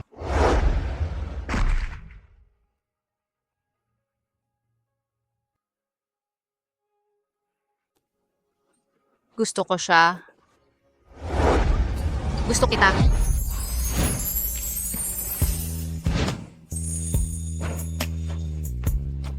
Ginoo, gusto kita.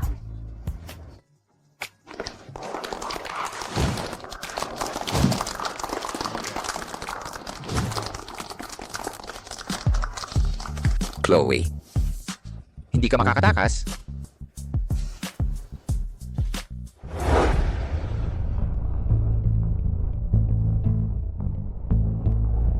Bakit wala pa rito ang banal na manghuhula? Maghintay ka lang. Chloe, nasaan ang guro mo? Nagpadala na ako ng mensahe sa kanya. Dapat narito na siya anumang minuto ngayon. Hindi ko rin sila inimbitahan. Maligayang bati, Julian. Lumayo ka sa akin! Julian, malaking bagay ang magpakasal. Paano mo ako di sinabihan? Kung ako lang ang di mo sinabihan, pwede pa. Pero pati sina nanay at tatay, di mo inimbita. Bakit ba kami nagpalaki ng walang utang na loob? Dahil di mo kami inimbita, kami na ang nagkusa. Bastos. Maupo kayo. Julian ko, hindi kami narito ngayon para sa kasal. Eh di umalis kayo. Sa araw na tulad nito, ayokong makipagtalo sa inyo. Akala mo ba aalis lang kami dahil sinabi mo? Sa tingin mo ba sa'yo lang ang pamilyang ito? Malaking araw ni Ginoong Vance ngayon, mas mabuti pang huwag kayong gumawa ng gulo ngayon. Isa ka lang asong aming pinalaki at manghaharang ka sa akin? Sino ba ang akala mo ang kinakausap mo? Sasaktan mo talaga ang sarili mong kapatid dahil sa isang katulong? Tao pa rin ang isang tao, anuman ang kanyang katayuan. Kung alam ko lang na ganyan kang walang puso, di na sana kita iniligtas noon. Ikaw na maliit na pasaway. Ako... Aba, tingnan natin kung sino ang narito. Si Julian Vance. Akala mo ba ikaw pa rin yung makapangyarihang CEO? May sasabihin ako sa'yo, maghintay ka lang. Magmamakaawa ka sa akin.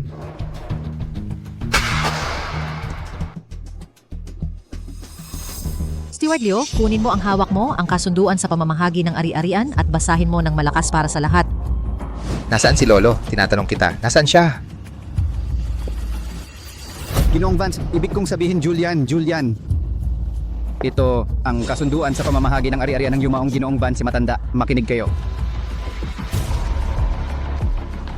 Lahat, ang hawak ko rito ay ang kamay sulat na testamento ni Ginoong Arturo Vance, ang nagtatag ng Grupo Vance. Ito ang nakasaad.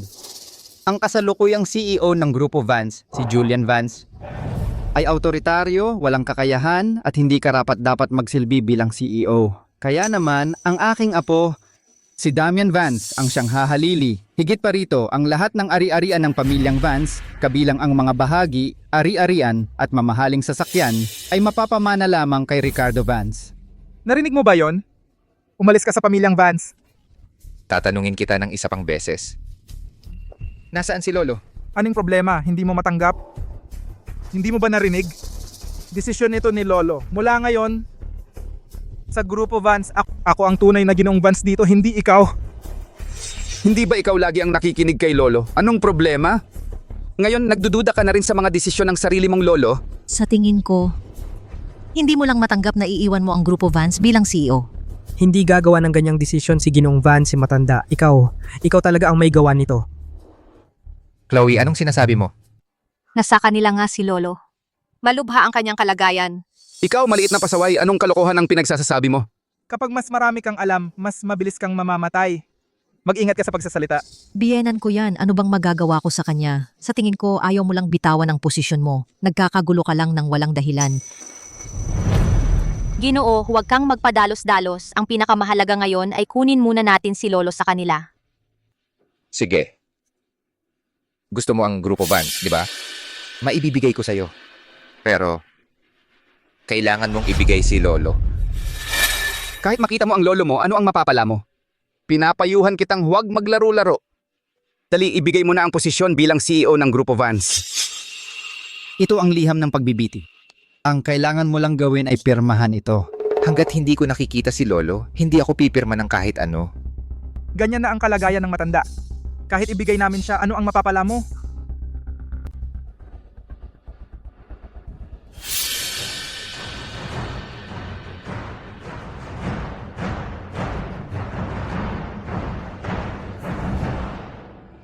Lolo. Lolo, ano ang nangyari? Ako ang nangangalagang doktor ni Ginoong Vance, matanda. Na-stroke si Ginoong Vance, matanda kagabi. May malubhang pinsala siya sa utak. Wala nang pag-asa. Hindi maaari. Lolo, pakitingin po sa akin. Ako ang iyong apo. Ako ito, si Julian, Lolo.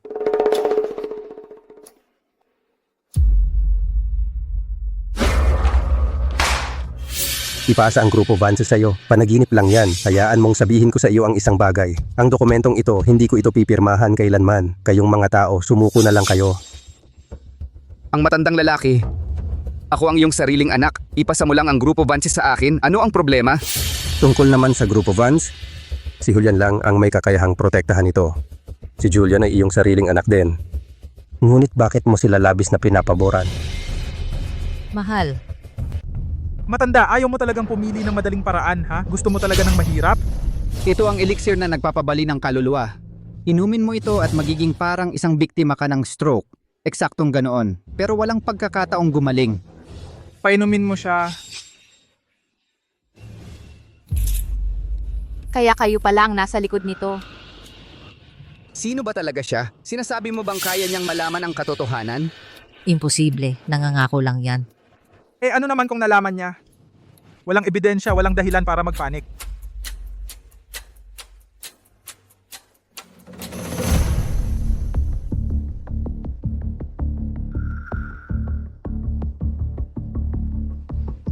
Ganap nang naputol ang kanyang banal na pulso.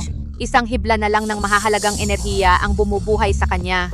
May iba pa bang paraan para iligtas siya? Sabi ko na sa'yo, si Ginoong Vance, matanda ay may malubhang pinsala na sa utak. Sa ngayon, isang araw na lang ang pag-asa natin. Kahit na ang Diyos ang dumating, walang paraan para mailigtas siya. Kagabi nang inilagay ang lason. Hindi pa ganap na nahinto ang kanyang banal na pulso. May pag-asa pa siyang maligtas. Ha? Ang lakas ng loob mo, nangangako ka. Sige, sabihin mo sa amin kung paano. Kailangan lang nating mag-iniksyon ng Cobra Venom direkta sa kanyang daluyan ng dugo. Gamutin ang lason ng lason. Iyon ang magpapagana muli sa kanyang banal na pulso. Isang cobra. Nakamamatay yon. Sigurado ka ba dyan? Hanapin mo. Ito ay... Cobra yan. Makinig kayong lahat. Parang tao ba yung pinagsasabi mo? Ikaw na maliit na pasaway, ginagawa mo lang ay patayin ang tatay ko! Anong kalokohan yan? Kung mamatay man ang matanda dahil sa'yo ngayon, kaya mo bang panagutan yan? Oo, lason ng cobra. Hindi yan biro. Ganon din ang palagay ko. Ang mga dalagita ngayon ay napakapusok. Usapang buhay at kamatayan ito, naglalaro-laro pa siya. Julian, ang matanda ay nasa mga kamay mo na. Oras na para pumirma, di ba? Kasalanan ko. Hayaan ko pang mag-isa si Lolo sa bahay at binigyan ko ng pagkakataon ang mga tulad ninyo. Pwede kang maging malupit sa akin pero hindi ko inakala na magiging ganoon kakawalang utang na loob sa sarili mong ama. Anong pinagsasabi mo? Hindi ko naiintindihan. Tama na ang usapan. Pumirma ka na. Pumirma, tama ba?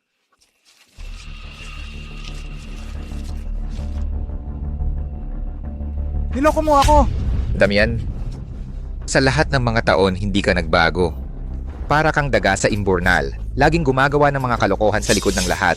Ano ang sinabi mo? Julian? Sino ka ba? Anong karapatan mong kausapin ng ganyan ng anak ko? Ikaw na walang ina, walang kwenta. Wala man akong ina. Pero alam mo nang mabuti kung paano namatay ang nanay ko. Susan, sa lahat ng mga taong ito, ang pagiging kabit sulit ba talaga? Kung hindi dahil sa iyo noon pa, hindi sana namatay nang may hinanakit ang nanay ko. At ikaw, Ricardo. Sa lahat ng mga taong ito, akala mo hindi ako tunay mong anak. Nagpakita ka ba kahit minsan bilang isang ama? Nagsisinungaling ka. Ito pa ang masaklap. Ang paborito mong si Damian, hindi rin siya tunay mong anak. Kung maniniwala ka sa kanya, napapasok ka lang sa bitag nila. Mahal, malinaw na sinusubukan niyang maghasik ng hidwaan sa pagitan nating lahat. Ako ang asawa mo. Paano mo ako pagdudahan? Katarantaduhan yan. Paano naman pwedeng hindi anak ko si Damian? Julian, at akala ko pa naman kapatid kita. Sinusubukan mong ilayo sa akin si tatay. Paano mo nasabi ang ganong bagay? Makinig ka. Kung sino ang tunay mong ama, hindi ko alam. Pero alam mo, kung hindi ka gaganito ka desperado para agawin ang kontrol sa kayamanan ng pamilya Vance dahil natatakot kang wala kang makukuhang kahit sentimo.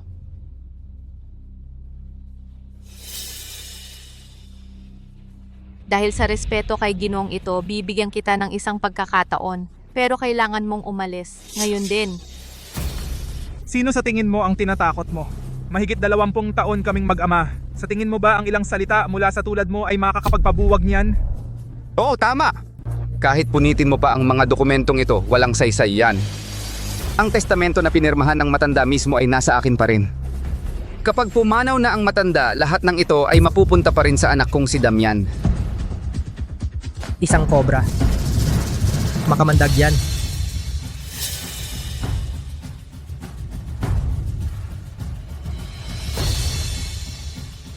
Teka, Julian, buhay pa ang lolo mo, nakakapit pa. Gusto mo ba talagang hayaan mong mamatay ang lolo mo sa kamay ng maliit na pasaway na ito? Tatay, kapag namatay na ang matanda, magkakabisa agad ang kanyang testamento. Mawawala rin ang anumang hinala sa atin. Bakit ayaw natin yon? Tama ang anak ko.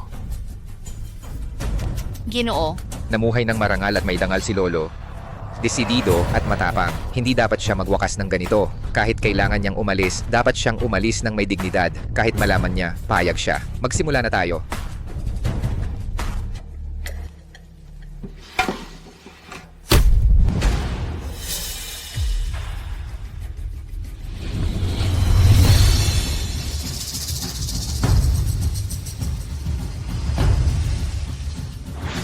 Ikaw, hindi ito pagliligtas, pagpatay ito.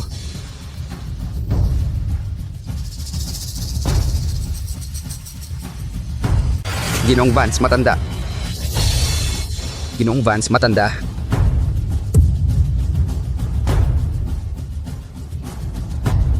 Patay na siya. Lolo, Mamamatay tao. Siya ang mamamatay tao. Siya yon. Nakita nating lahat yon. Ikulong siya. Mamamatay tao. hindi siya. Ako ang nagutos sa kanya. Ako ang pumatay kay Lolo. Sinong nagsabing patay na ako?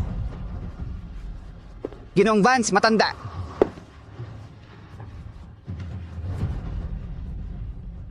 Pasensya na. Ayos lang siya. Totoo, ayos lang siya. Ang ginang Vance na ito ay hindi karaniwang tao. Alam ko ang lahat. Alam ko kung gaano kaapi at walang magawa ang nararamdaman mo. Ang iyong pagpili ay pagpili ko rin. Tumayo ka.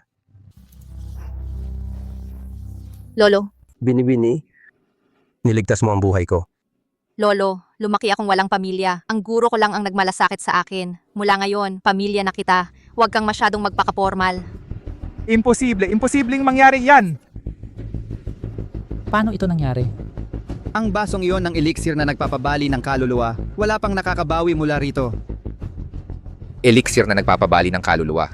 Kung hindi dahil sa elixir na nagpapabali ng kaluluwa na ito, hindi ako maniniwala. Ang sarili kong anak, ang sarili kong apo, laging may balak na ibagsak ako. Ano? Sila kaya? Siguradong sila, aminado mismo si Ginong Vance matanda. Napakasama naman yan at sinisisi pa nila sa iba. Ang sasama talaga ng tao. Sabi nila, mag-anak ka para may mag-alaga sa iyo sa pagtanda. Ako naman, kailangan mong mag-ingat sa sarili mong anak. Lolo. Ito na, hindi ko ito sinasadya, Lolo. Ang lahat ng ito, Si Butler Liu ang may pakana, siya ang utak ng lahat, kasalanan niya lahat. Anong pinagsasabi mo? Damian! Ang lahat ng ginawa ko, hindi ba para sa posisyon mong CEO? Wala akong pakialam dyan. Ang posisyong CEO na yan, hindi naman ako bagay dyan. Lolo, ikaw, pakiusap, patawarin mo na ako ngayon. Mula ngayon, magpapakabait na ako at magiging isang mayamang apo na lang. Matalino ka ano? Tama, tatay. Si Butler Liu ang may gawa. Siya ang nagsulsol. May naisip siyang elixir na nagpapabali ng kaluluwa. Naiinggit siya sa yaman ng pamilya natin. Gusto niyang ibagsak ang buong pamilya natin. Tatay, talagang hindi mo siya dapat patawarin. Eksakto, talagang hindi mo siya dapat palampasin. Ang kapal ng mukha mo na pilitin akong mamatay ng mag-isa, pero hindi pwede.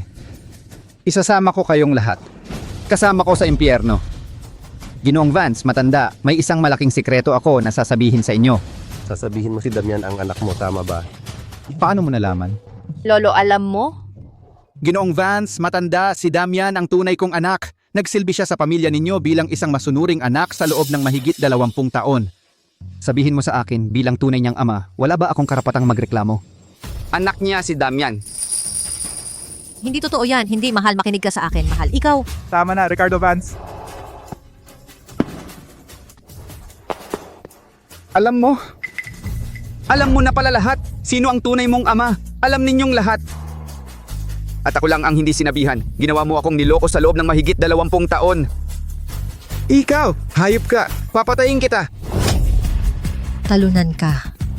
Nagpakahirap ako sa paglilingkod sa iyo sa mga taong ito, kaya kung nandaya man ako, ano naman ang masama doon? Ang ginawa ko lang ay isang pagkakamaling nagagawa ng lahat. Bukod pa riyan, kung hindi ka nandaya noon, paano ko ipapasa sa iyo ang bata? Sa huli, karapat dapat ka dyan. Kung ang pamilya mo ay nagpakumbaba lang sana, ginagarantiya ko sana ang komportableng buhay para sa inyong lahat. Pero kayo nagpakasakim pa, kaya huwag ninyong ibintang sa akin kapag hindi ko kayo maprotektahan.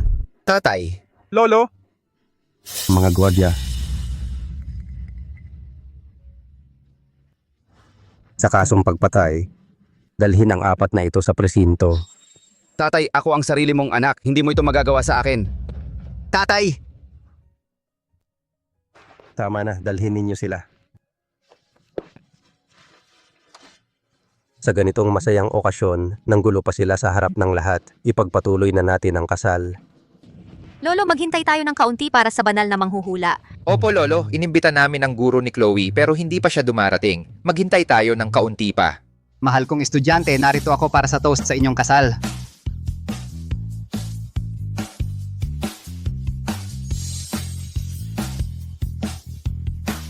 Bulag na matanda, narito ka na rin, ang tagal kitang hinintay, guro.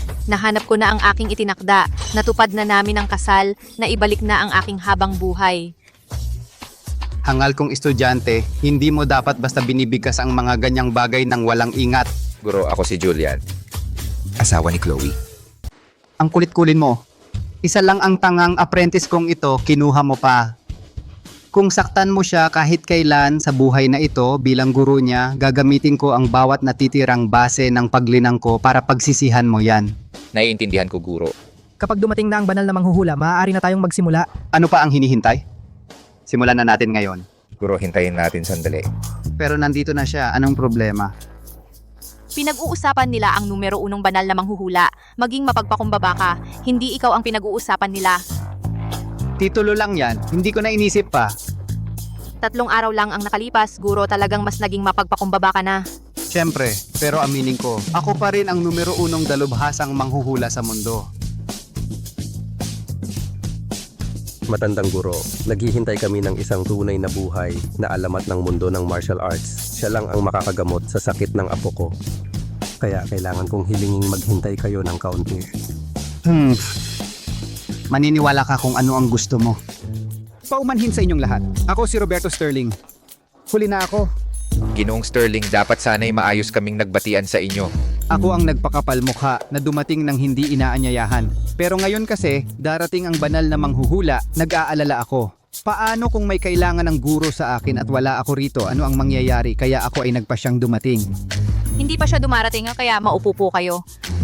Chloe, hindi ko malilimutan ang kabutihan mo sa pagtulong sa akin sa suliranin na iyon. Wala yun talaga.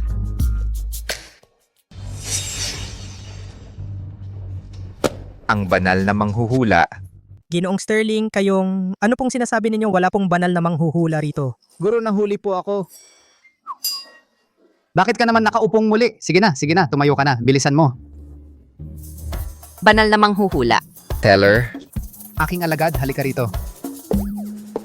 Wala kang pag-asa, ni hindi mo alam ang titulo ng iyong sariling guro ang numero 1 banal na manghuhula. Paano ka magtatagumpay sa mundong ito? Sa loob ng 20 taon, ang tanging ginawa ko lang ay tawagin kang bulag na matanda. Paano ko malalaman na mayroon kang magarbong titulong ganyan? Kayo pala ang banal na manghuhula. Isang karangalan ang makilala kayo. Ako, lagi akong nagpapakumbaba. Hindi ko kailanman ipinagyayabang sa harap ng aking alagad. Oo, siyempre naman. Guro, pakiusap gamutin ninyo ang nakalalasong parasito sa kanya. Walang pag-asa. Ano? Ano ba yung mga mukha ninyong nagulat? Ang ibig kong sabihin wala kayong alam. Tingnan ninyo ang inyong mga sarili. Nasaan ang nakalalasong parasito sa akin? Bulag na matanda, iba ka talaga. Kailan mo ito ginamot? Hindi ko sasabihin sa'yo. Salamat po, guro. Julian, tinatanggap mo ba ang dalisay at mabait ngunit madalas nakalat-kalat at tangang babae bilang iyong asawa? Oo. Chloe, tinatanggap mo ba ang taos puso at matapang ngunit gwapo at makisig na lalaki bilang iyong asawa?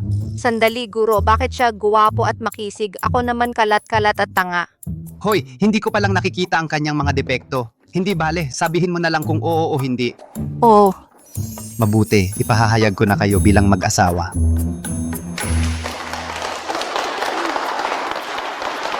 Guro, paano naman? Yung paghahalikan? Bakit hindi ko alam yon?